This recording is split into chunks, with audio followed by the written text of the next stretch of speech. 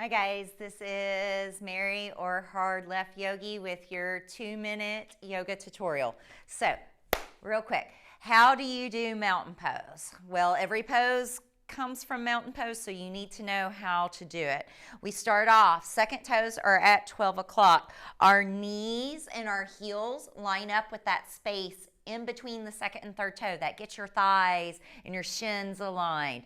Your hips are going to be directly over those heels so that you have to suck your low belly in to keep from falling back.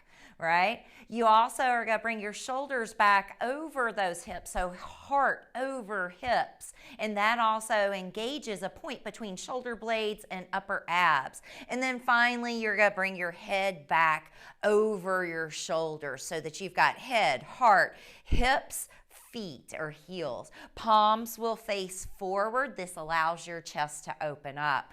This is what happens in our yoga postures. We either shift those hips forward like olive oil or we kick that butt out like gymnastics dismount. So you have to decide which one of that mountain pose that you do.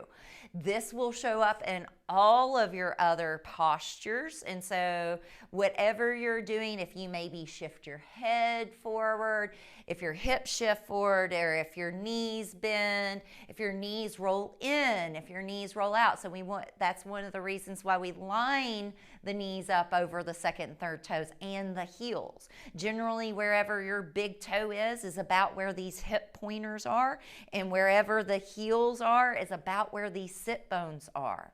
Whatever is going on with the abs is controlling the tilt of the hips and the tilt of the rib cage, so we're using those spaces to stay strong in our mountain pose. Our mountain pose is not only pushing the feet down, but also growing the body up. So that's your mountain pose, 2-minute tutorial on a posture.